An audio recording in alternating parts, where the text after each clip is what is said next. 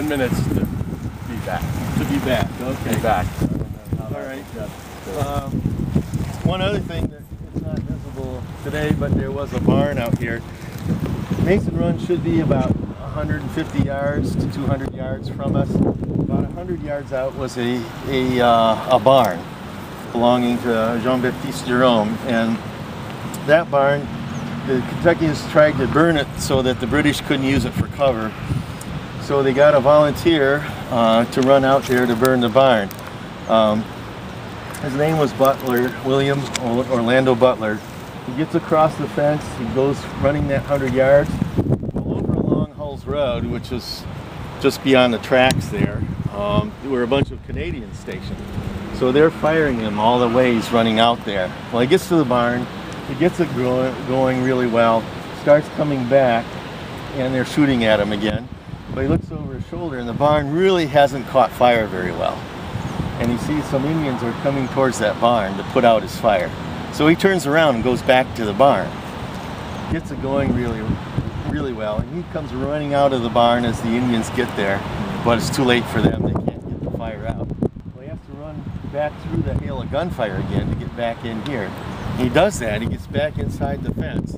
The Canadians said afterwards that was not a man, that was a devil, because they had 100 shots at him and never hit him. Well, he gets inside the fence, and all of a sudden a stray bullet comes over the fence, whack, right in the chest, and down he goes. But he surprises everybody because he gets back up.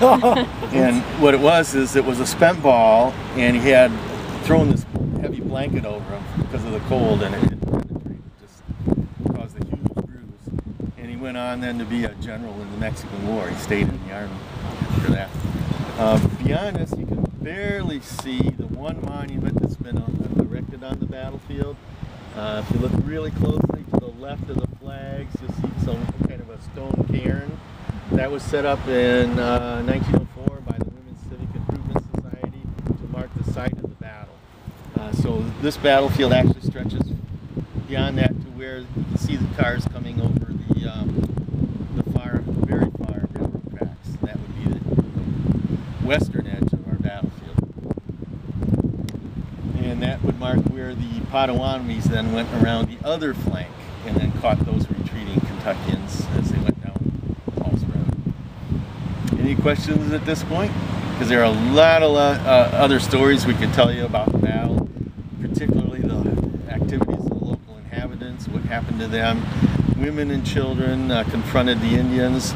Fortunately, the local settlers were on good terms with the local Potawatomis, who protected them from the other Indians. So as far as we know, no women, no children were actually harmed by the Indians in the settlement here. Were any of the settlers on the side of the British at all? Or? Yeah, a few were. In fact, the folks, Godfrey and Beaugrand owned property just beyond Dixie Highway here. They were on the western edge of the battlefield. They were fur traders. Godfrey actually lived there, but Beaugrand had a place down on the Maumee, as well as one in Detroit. Beaugrand's probably the most interesting and mysterious figure here during the War of 1812. Even in 1805, when Detroit burned down, his horse Sans Souci was seen dancing in the flames. So he always had this kind of aura about him. Well, down on the Maumee, the Indians burned that settlement down there, except for one house, Beaugrand's. And he was here at the Battle of River Raisin. To this day, we don't know which side he was on.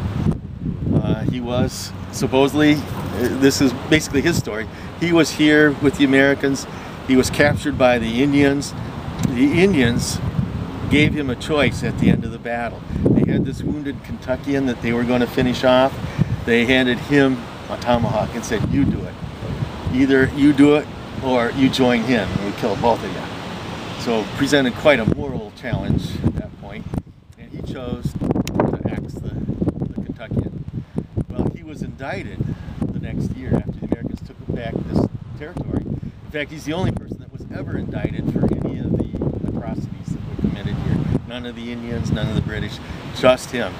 Well, he went before the grand jury in Detroit, explained what happened, and they let him off.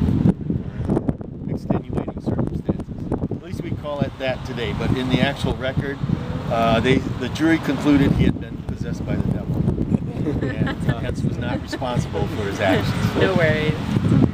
But there were a lot of people who had to make that choice, not as drastic as he did, and you will often find the fur traders trying to maintain their relationship with the Indians. Most of the farmers, and that was the larger portion of the population, went pretty solidly with the Americans. And that, I think, the issue for them was not so much friendships and being related to the people in Canada that were on the British side, but rather that the Americans had, by treaty with the Indians, had recognized their land claims. So they had a stake, a real stake in being American citizens. And that's where the vast majority of the River Raisin settlers went with the Americans. That do it?